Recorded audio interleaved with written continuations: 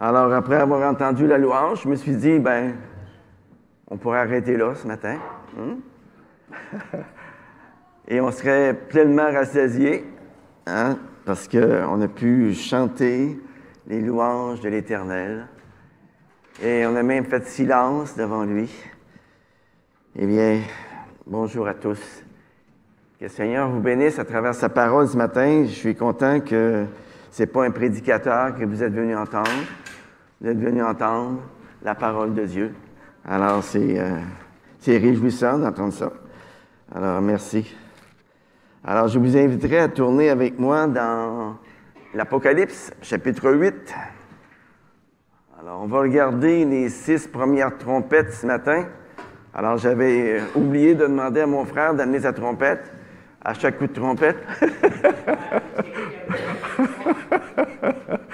Alors, eh bien. Chapitre 8, je vais d'abord lire les 5 premiers versets et ensuite on va y aller verset par verset. OK? Quand il ouvrit le 7e sceau, il y eut dans le ciel un silence d'environ une demi-heure. Je vis les 7 anges qui se tiennent devant Dieu, et 7 trompettes leur furent données. Et un autre ange vint se placer sur l'autel. Il tenait un encensoir d'or. On lui donna beaucoup de parfums pour les offrir, avec les prières de tous les saints, sur l'autel d'or devant le trône. La fumée des parfums monta, avec les prières des saints, de la main de l'ange devant Dieu. L'ange prit l'encensoir, le remplit du feu de l'autel et le jeta sur la terre. Il y eut des tonnerres, des voix et des éclairs et un tremblement de terre.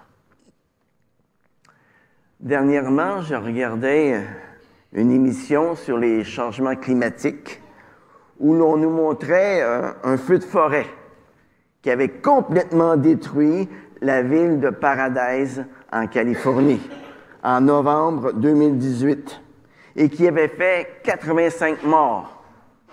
Et là, un journaliste interviewait un rescapé de cette ville qui avait été incendiée. Et celui qui s'était échappé de la ville en flammes vivait avec le remords qu'il aurait peut-être pu sauver des vies s'il avait simplement pris le temps d'aller chercher certaines personnes qui n'avaient pas de moyens de transport. Vous savez, pendant toute notre vie, nous allons être confrontés à des choix que nous allons devoir prendre. Et dans toute cette liste de choix, nous allons faire des bons choix, mais nous allons faire aussi des choix qui seront beaucoup moins bons.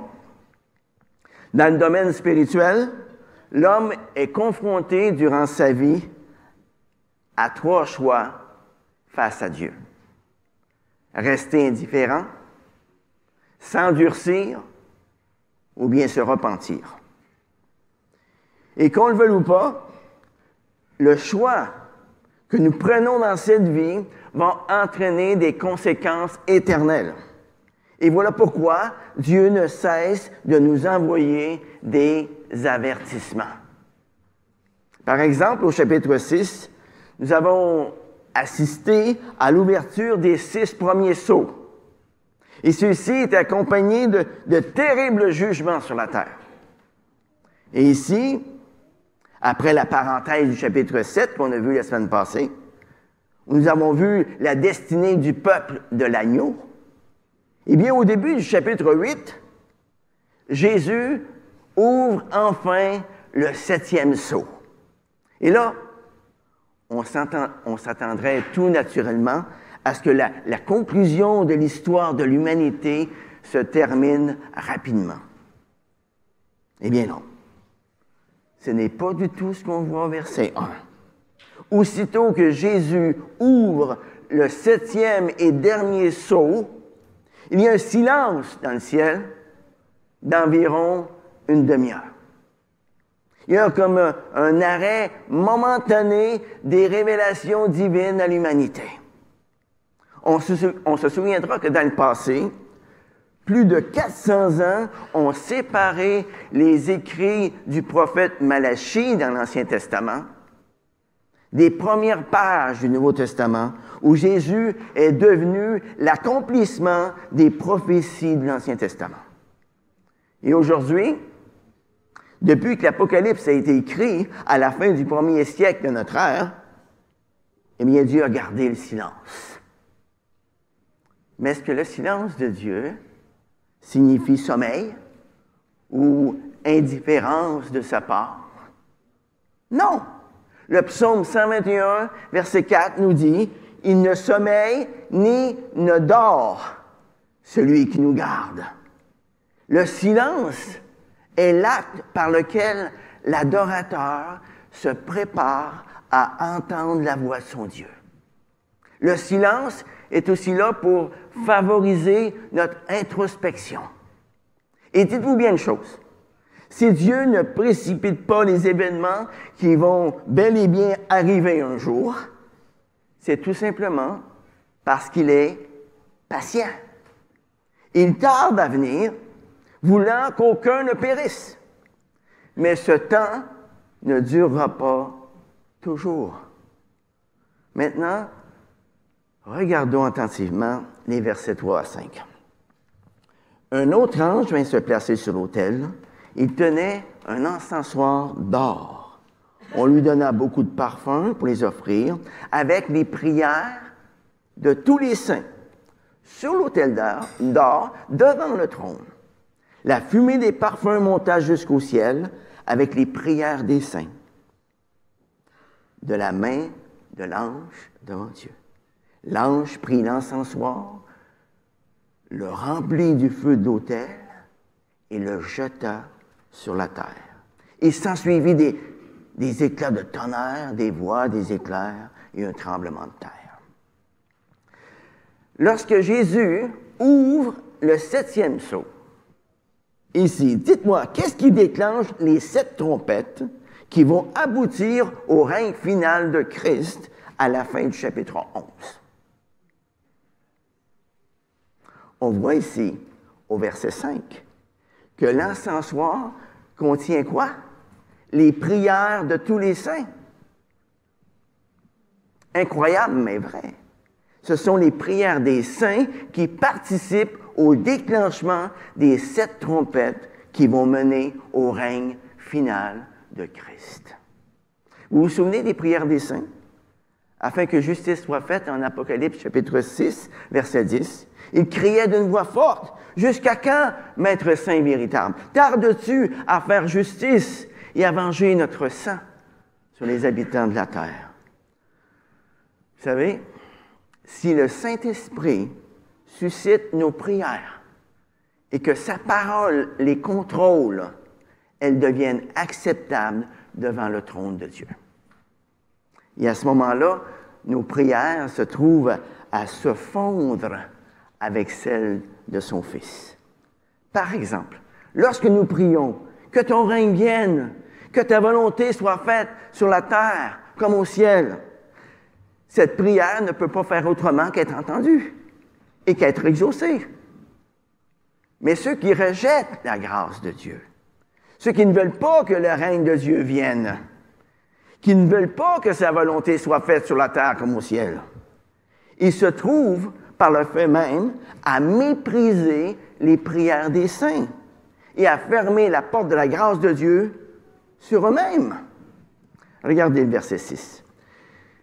Et les 7 anges qui tenaient les 7 trompettes se préparèrent à en sonner.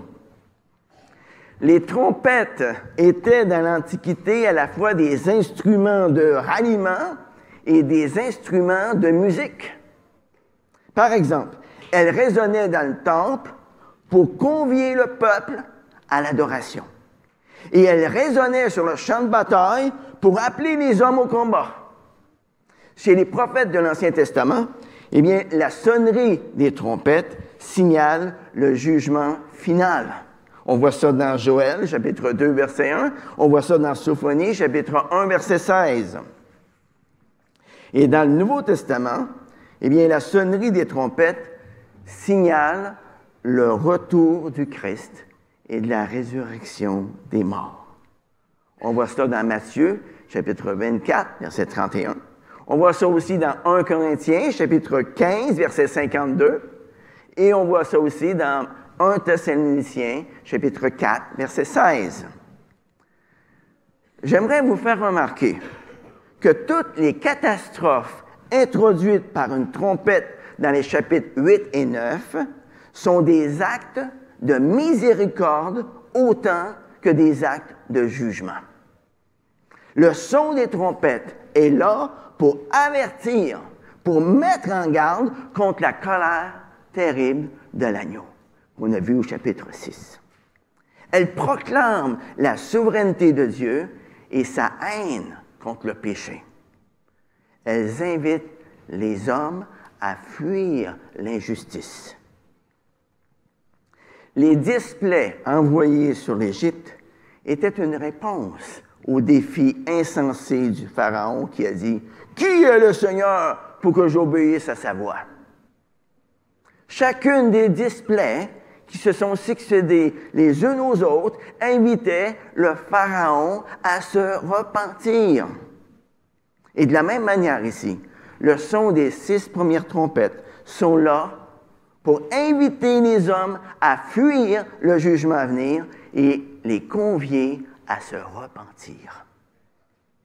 Avec la sonnerie des trompettes, Jean nous rappelle à nouveau l'histoire.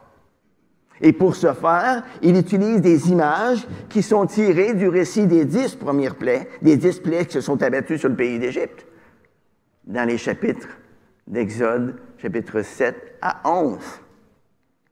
Ce matin, on va regarder ensemble les 6 premières trompettes qu'on retrouve au chapitre 8 et 9. Et ces 6 premières trompettes vont être suivies de la 7e trompette à la fin du chapitre 11.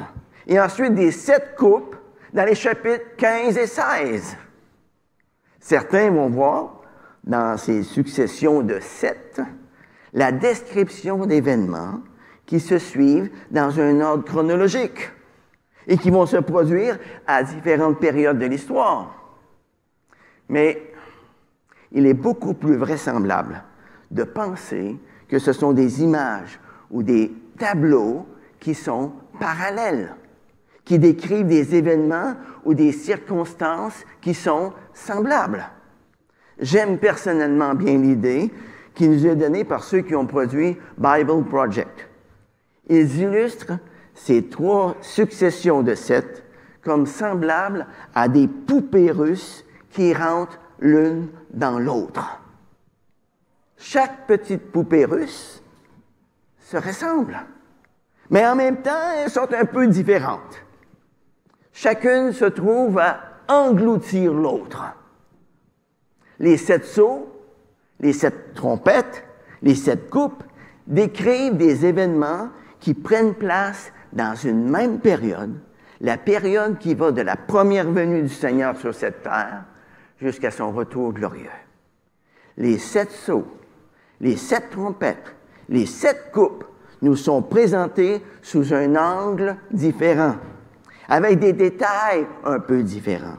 Mais ils aboutissent tous à une même issue, soit le jugement final et le retour du Seigneur. On remarque également que d'une série de 7 à l'autre, il y a comme une intensification des fléaux pour amener les gens à réfléchir sur leur voie. Toutes les catastrophes introduites par une trompette avertissent et invitent les hommes à fuir l'injustice et à se repentir. Toutes. Il y a un choix ici, il y a un appel qui nous est donné. Il y a une décision à prendre pour tous ceux qui entendent le son des 6 premières trompettes. Il y a une invitation à passer à l'action. Et ça, c'est le message des chapitres 8 et 9. Dans la sonnerie des 6 premières trompettes, vous remarquerez aussi qu'à travers les jugements qui y sont annoncés, il y a seulement un tiers du monde qui est touché, qui est frappé. Regardons d'abord les 4 premières trompettes dans les versets 7 à 12. Le premier sonna de la trompette, il y eut de la grêle et du feu mêlés de sang qui furent jetés sur la terre. Le tiers de la terre fut consommé, le tiers des arbres fut consumé, et toute herbe verte fut consumée. Le deuxième ange sonna de la trompette. Une sorte de grande montagne embrasée fut jetée dans la mer. Le tiers de la mer devint du sang. Le tiers des créatures qui étaient dans la mer et qui avaient souffle de vie périt. Et le tiers des navires fut détruit. Le troisième ange sonna de la trompette et tomba du ciel une grande étoile qui brûlait comme un flambeau. Elle tomba sur le tiers des fleuves et sur les sources des eaux. Le nom de cette étoile est Absinthe. Le tiers des eaux fut changé en absinthe, et beaucoup d'hommes moururent de ces eaux devenues amères. Le quatrième ange sonna la trompette. Le tiers du soleil fut frappé, ainsi que le tiers de la lune et le tiers des étoiles, afin que le tiers en soit obscurci, et que le jour perde un tiers de sa clarté, et la nuit de même. On peut facilement voir un lien ici entre les fléaux qui sont envoyés ici par les 4 premières trompettes et les plaies d'Égypte dans l'Ancien Testament, qui était un jugement de Dieu contre l'Empire égyptien afin qu'il libère son peuple. Et en même temps, la description de ces fléaux nous ramène aussi dans toute l'imagerie des visions du prophète Daniel, qui mettent en évidence la chute des grands empires humains qui vont se succéder. Regardons un peu plus attentivement la première trompette au verset 7. Elle correspond à la 7e plaie d'Égypte, décrite dans Exode chapitre 9, versets 22 à 25, où la grêle et le feu ont été jetés sur terre. Dans l'Ancien Testament, la grêle est souvent associée au jugement divin. Par exemple, Dieu avait dit à Job, « As-tu vu les réserves de grêle que j'ai mises de côté pour un temps de détresse, pour un jour de bataille et de guerre? » Nous devons toujours nous souvenir, les amis, que c'est l'Éternel qui contrôle le climat, le temps, la pluie, la grêle.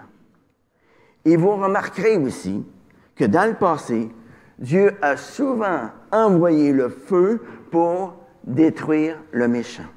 On voit cela dans Lévitique, chapitre 10, verset 2. On voit ça aussi dans Nombre, chapitre 16, verset 35. Cette première trompette nous rappelle aussi la destruction des villes de Sodome et de Gomorrhe, dans Genèse 19, où l'Éternel a fait pleuvoir du ciel du feu et du soufre sur ces 2 villes. La deuxième trompette est décrite au verset 8 et 9. Et cette plaie déclenchée par la deuxième trompette nous rappelle cette fois-ci la première plaie d'Égypte, où l'eau a été changée en sang. Dans la plaie annoncée par la première trompette, c'est surtout la nature qui a eu à souffrir. L'humanité avait en quelque sorte été épargnée. Mais lors de cette deuxième plaie, des hommes périssent, tout au moins les équipages et les passagers des navires. Et devant de telles calamités, ce sont toutes les nations qui sont confuses. C'est toute l'économie mondiale qui en est bouleversée. Le jugement divin amène la mort sur le tiers des créatures qui étaient dans la mer et sur le tiers des navires qui ont été détruits. Mais encore une fois, notez la limitation. On dit qu'un tiers de la mer a été touché. Ce n'est pas toute la mer. Par conséquent, cela représente non pas le jugement final, mais un jugement partiel qui a toujours été présent dans l'histoire de l'humanité. Quelquefois, on regarde ce qui se passe dans le monde Et on se dit, mais où est Dieu dans tout ça? Où est Dieu dans tout ça? Mais au lieu de demander où est Dieu dans tout ça, que devons-nous faire en tant que peuple racheté pendant ce temps d'épreuve? Eh bien, nous sommes conviés à ne pas nous inquiéter. Nous sommes conviés à demeurer dans la paix et à redire avec le psalmiste dans le psaume 46, versets 2 et 3, « Dieu est pour nous un refuge et un appui, un secours qui se trouve toujours dans la détresse. C'est pourquoi nous sommes sans crainte quand la terre est bouleversée et que les montagnes chancellent au cœur des mers. Paix, tranquillité au sein de la tempête. » C'est ce que nos cœurs devraient vivre à chaque jour, les amis. Paix et tranquillité au sein de la tempête. Ça me fait toujours souvenir d'Ésaïe 41, verset 10, qui dit « Ne crains rien, car je suis avec toi.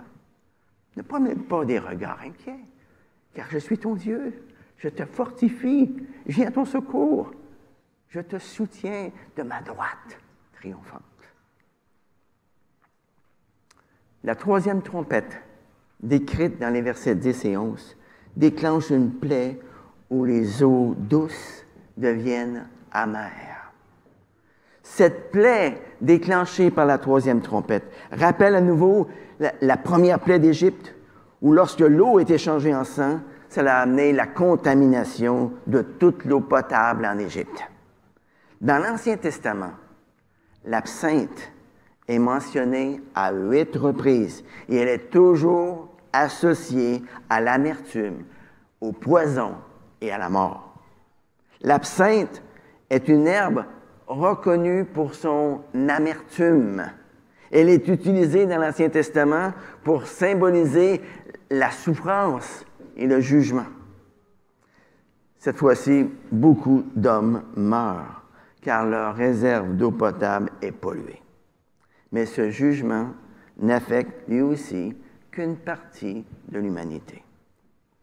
La quatrième trompette, décrite au verset 12, correspond à la 9e plaie d'Égypte, décrite dans Exode chapitre 10, versets 21 à 23, où les ténèbres se sont répandues sur une partie du pays d'Égypte.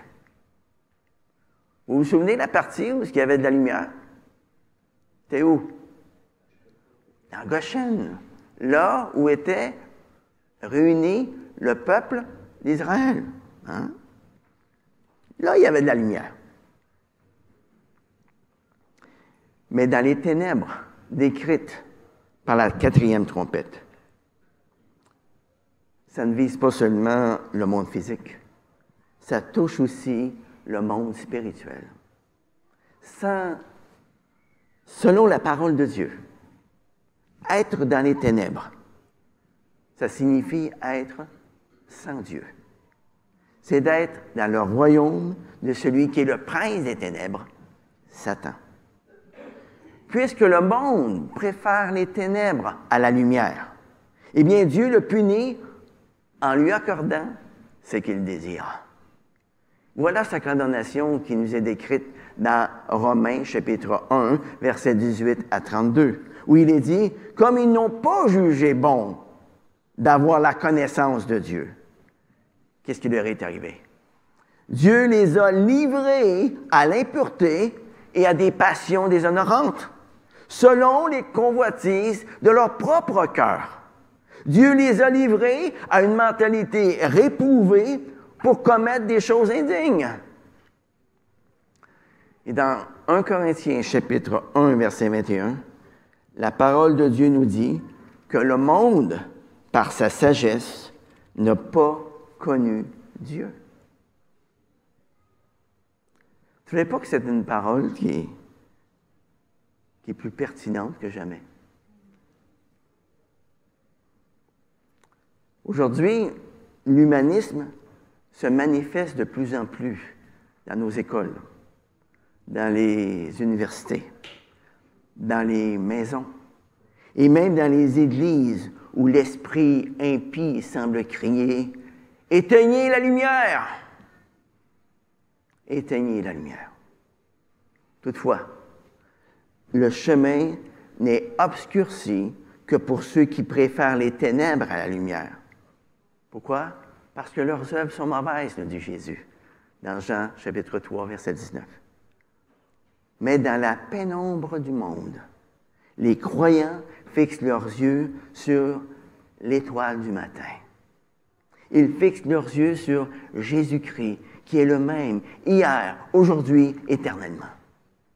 Avec le psalmiste, nous pouvons nous aussi nous écrier « L'Éternel est ma lumière et mon salut. De qui aurais-je crainte? » Comme nous le voyons dans le livre de Job, même si Satan a une certaine marge de manœuvre, il ne peut pas éteindre ou affaiblir la lumière qui est au-delà des limites du territoire que Dieu lui donne. Selon 2 Corinthiens, chapitre 4, verset 4, le travail de Satan consiste à assombrir et à voiler la pensée de qui? Des incrédules, afin qu'ils ne voient pas resplendir le glorieux évangile du Christ, qui est l'image de Dieu. Après avoir vu les plaies qui ont été déclenchées par les 4 premières trompettes, après avoir vu le monde en train de s'effondrer autour de nous, qu'est-ce qu'on entend au verset 13? Je regardais et j'entendis un aigle qui volait très haut dans le ciel et qui disait d'une voix forte, « Malheur, malheur, malheur aux habitants de la terre à cause des autres sons de trompette que les 3 anges vont encore faire retentir. » Nous, un matin, on pensait avoir vu le pire. Hein?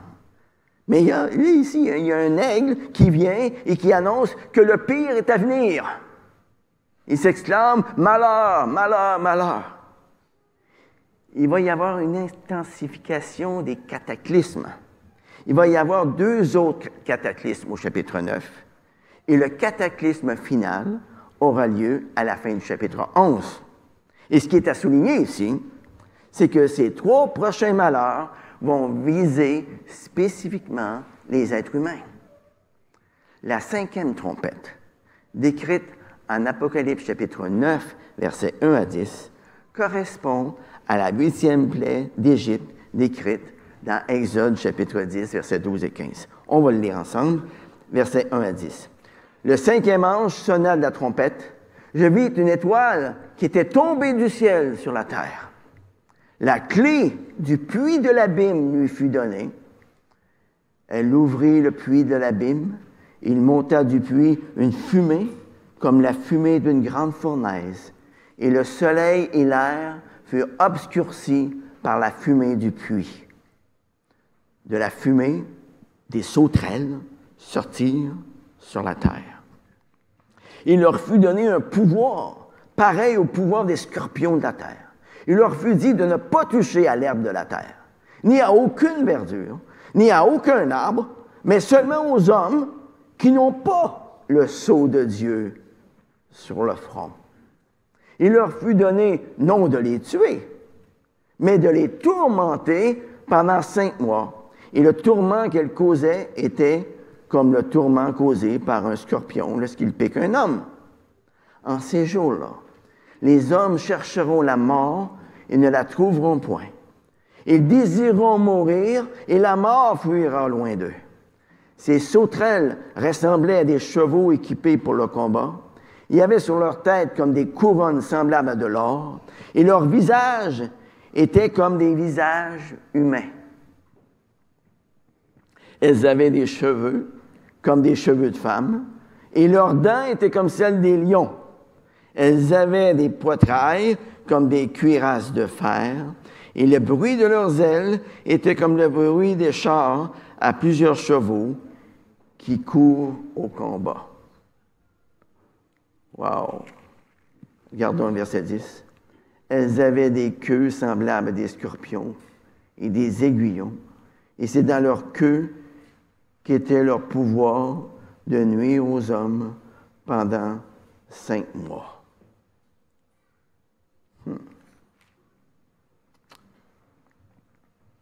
au son de la 5e trompette. Ce qu'on voit ici, c'est une armée de sauterelles un petit peu particulière.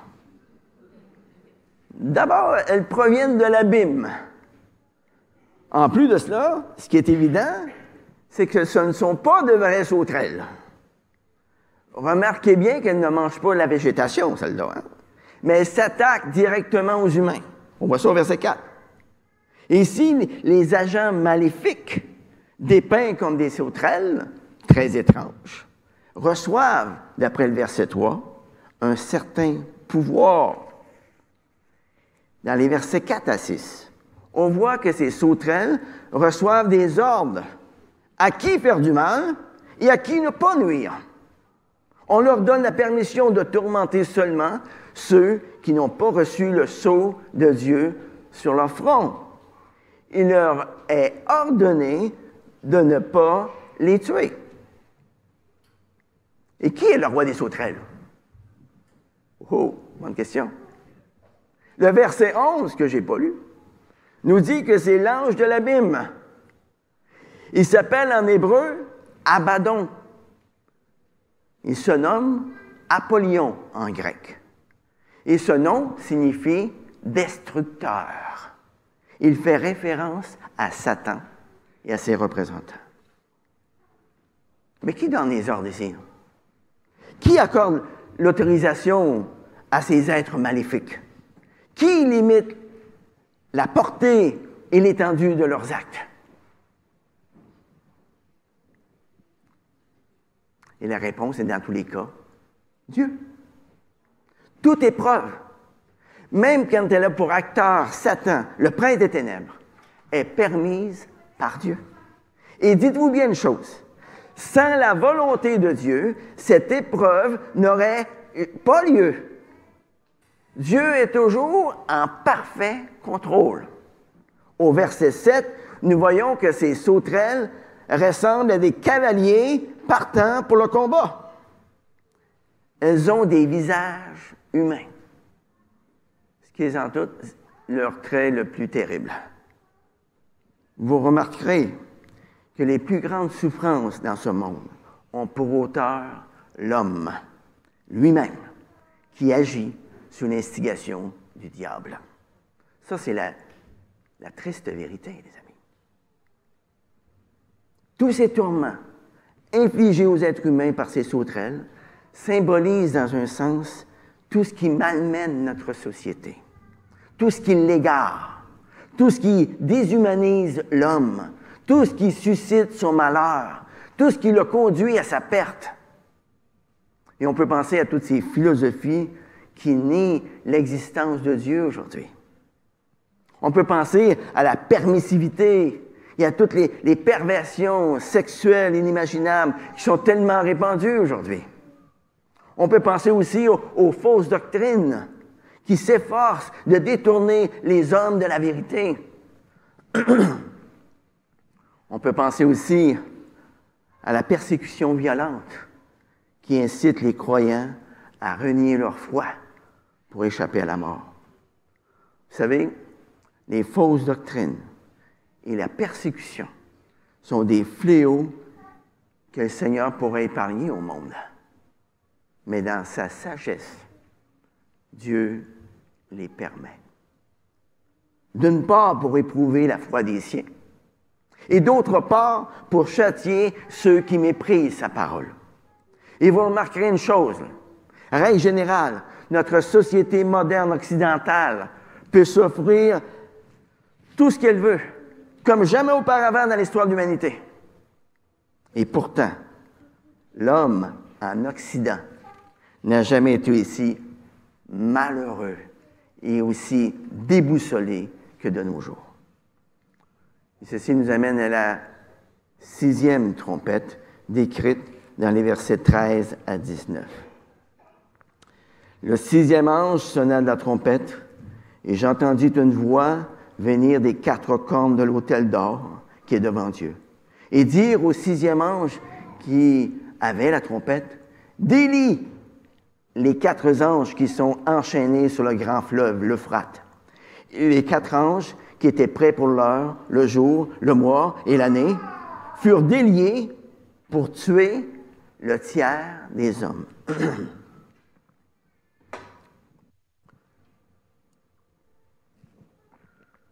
Le nombre des combattants de la cavalerie était 2 myriades de myriades. J'en entendis le nombre. Ainsi, dans la vision, je vis les chevaux et ceux qui les montaient. Ils avaient des cuirasses couleur de feu, d'hyacinthe et de soufre. Les têtes des chevaux étaient comme des têtes de lions. De leur bouche sortait du feu, de la fumée et du soufre. Le tiers des hommes fut tué par ces 3 fléaux, par le feu, par la fumée et par le soufre qui sortait de leur bouche. Car le pouvoir des chevaux est dans leur bouche et dans leur queue. Leurs queues sont semblables à des serpents. Elles ont des têtes et c'est par elles qu'elles font du mal. La 6e trompette présente la libération de 4 anges de destruction qui étaient liés près du fleuve de l'Euphrate. On voit ça au verset 14. À l'époque, l'Euphrate représentait la frontière est de l'Empire romain. Et cette frontière avait, à plusieurs reprises, été attaquée par les forces militaires ennemies. C'était un signe pour les lecteurs chrétiens du 1er siècle que l'Empire romain, qui les persécutait à outrance à ce moment-là, ne serait pas éternel. C'était un signe que Dieu leur ferait justice un jour. Dans les versets 13 à 15, vous remarquerez que les 4 anges de la destruction sont déliés et sont relâchés à la demande de qui? À la demande de Dieu. Encore une fois, rien ne se fait sans la volonté de Dieu, sans qu'il le sache et sans qu'il y consente. L'histoire de ce monde n'est pas un enchevêtrement incohérent d'événements incontrôlés. L'histoire de ce monde, les amis, est gouvernée par le Dieu créateur, le Dieu tout-puissant, le Seigneur des seigneurs, le Roi des rois. Dieu est celui qui a fait tomber de grands empires dans le passé. Il va en faire tomber d'autres jusqu'à ce qu'ils reviennent. Les guerres, les famines, les catastrophes naturelles ont été des signes du jugement de Dieu et d'appel à la repentance dans le passé. Et elles sont encore aujourd'hui des signes de jugement et d'appel à la repentance. Bref, dans notre texte, on voit que les fléaux présentés par les trompettes nous viennent de catastrophes naturelles. Elles nous viennent de guerres. Elles nous viennent aussi de forces démoniaques. Mais ultimement, tous ces fléaux se trouvent à accomplir le plan de Dieu. Les fléaux ou les jugements de Dieu sur la terre doivent être vus comme une opportunité pour l'homme de se repentir. Dans l'histoire de l'humanité, on voit qu'à travers de multiples fléaux, Dieu s'est révélé à l'homme. Les fléaux qui nous sont décrits dans les chapitres 8 et 9 de l'Apocalypse sont aussi un moyen que Dieu utilise pour clarifier l'attitude des gens face à lui. Qu'est-ce que les plaies d'Égypte ont fait envers le Pharaon? Est-ce qu'elles l'ont amené à se repentir? Non. Non. Elles ont endurci son cœur. Et devant tous ces fléaux qui s'abattent sur la terre, quelle est la réaction des habitants de la terre? Quelle est la réaction des hommes? Eh bien, regardons la réponse au verset 20 et 21. Les autres hommes, ceux qui n'avaient pas été tués par ces fléaux, ne se détournèrent pas de ce que leurs mains avaient fait. Ils ne cessèrent pas d'adorer les démons et les idoles en or, en argent, en bronze, en pierre et en bois, qui ne peuvent ni voir, ni entendre, ni marcher. Et ils ne se repentirent pas de leur meurtre, ni de leur sorcellerie, ni de leur immoralité sexuelle, ni de leur vol. Aujourd'hui, énormément de gens souhaitent tellement vivre en étant libres de faire tout ce qu'ils veulent, tout ce qui leur semble bon, qu'ils sont disposés à mourir pour leur style de vie plutôt que de se repentir. Question. Et vous, les amis? Comment ces jugements terribles vous affectent-ils? Comment devraient-ils vous affecter? Quelle devrait être votre réponse? Eh bien, pour répondre à cela, je crois que nous devons revenir au premier verset du texte d'aujourd'hui, au chapitre 8, verset 1. Quand l'agneau ouvrit le 7e sceau, il y eut un silence dans le ciel pendant environ une demi-heure. Silence! Un temps va venir où nous allons louer Dieu à haute voix pour tous ses jugements. Ça, on va le voir plus tard dans l'Apocalypse. Mais jusqu'à ce que le Seigneur revienne, je crois que la bonne réponse, la meilleure réponse, la seule réponse au jugement de Dieu est le silence. Mais pourquoi, me direz-vous? Eh bien, nous sommes bouche bée devant les jugements de Dieu. Nous sommes bouche bée devant la haine de Dieu envers le péché. Nous sommes bouche bée devant la justice de Dieu. Nous sommes bouche bée devant la majesté de Dieu. Nous sommes bouche bée devant la sainteté de Dieu. Et comme l'a écrit le prophète Habakkuk, l'Éternel est dans son saint temple, que toute la terre garde le silence devant lui. Oh, c'est bien beau de garder le silence devant le jugement de Dieu. Mais quel devrait être l'impact d'un tel jugement sur nos cœurs, sur nos actions? Eh bien, premièrement, sachant qu'un tel jugement arrive, nous devrions être poussés à être des porteurs de ce que Jésus a à offrir aux gens de ce monde. Des porteurs de l'Évangile de la grâce, des évangélistes. En voyant la gloire de Dieu, en voyant le désespoir dans lequel se trouvent les hommes aujourd'hui, nous devrions démontrer aux yeux de tous une passion pour la gloire de Dieu et beaucoup de compassion envers les âmes perdues. Deuxièmement, sachant qu'un tel jugement arrive, ça devrait nous rendre humbles. Il ne devrait y avoir aucune place pour l'autosatisfaction en nous. Nous devons reconnaître que leur fin aurait très bien pu être la nôtre si cela n'avait été de la grâce de Dieu qui s'est déployée envers nous.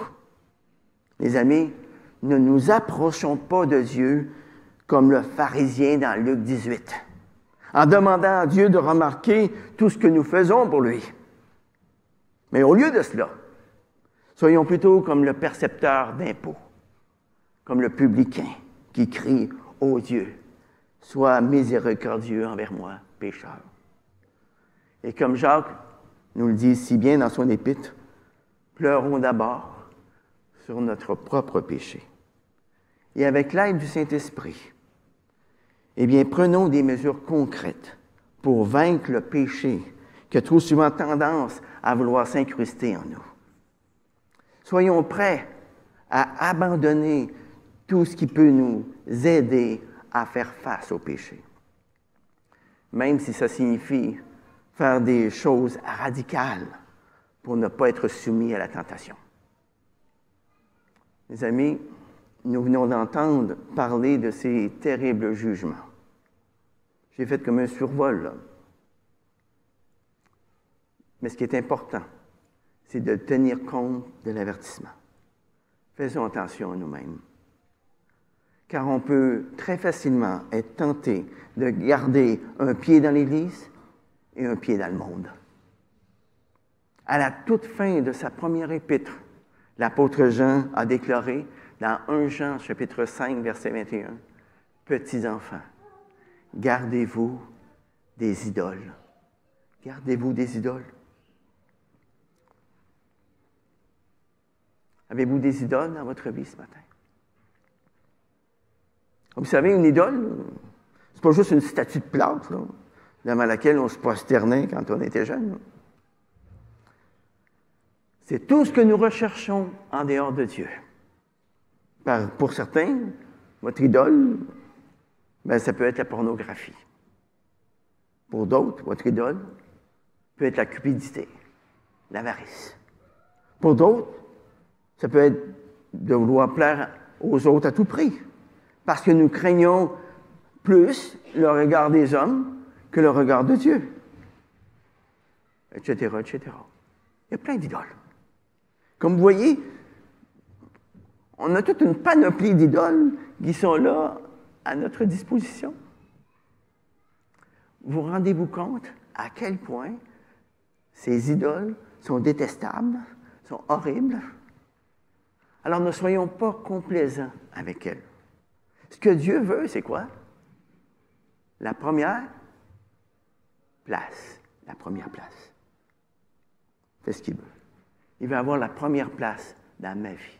Il veut avoir la première place dans votre vie. Alors répondons au jugement de Dieu par un silence rempli de crainte, mais aussi par une humble repentance. Et par la suite, entrons dans la joie de notre Maître. Réjouissons-nous en lui. Reconnaissons que la vraie joie ne se trouve qu'en Dieu lui-même. Prenons plaisir en lui, les amis, afin que les gens qui nous entourent le voient, lui, à travers nous. Prions. Seigneur, rappelle-nous que notre espérance n'est pas dans une quelconque amélioration du monde. Rappelle-nous que notre espérance est en Christ, qui, lui, a vaincu le monde. Et même si tes avertissements ne reçoivent que peu d'attention de la part des hommes, même s'ils refusent de se repentir, rappelle-nous ce que tu nous demandes. C'est de persévérer dans la prière. C'est de persévérer dans les bonnes œuvres. C'est de continuer à témoigner, coûte que coûte, de notre Sauveur, sachant que ta parole ne retournera pas à toi sans avoir accompli ta volonté. Et qu'à l'exemple des grands héros de la foi qui nous ont précédés, nous puissions te dire que ton règne vienne, que ta volonté soit faite dans mon cœur, comme elle l'est aussi dans le ciel. Amen. Amen.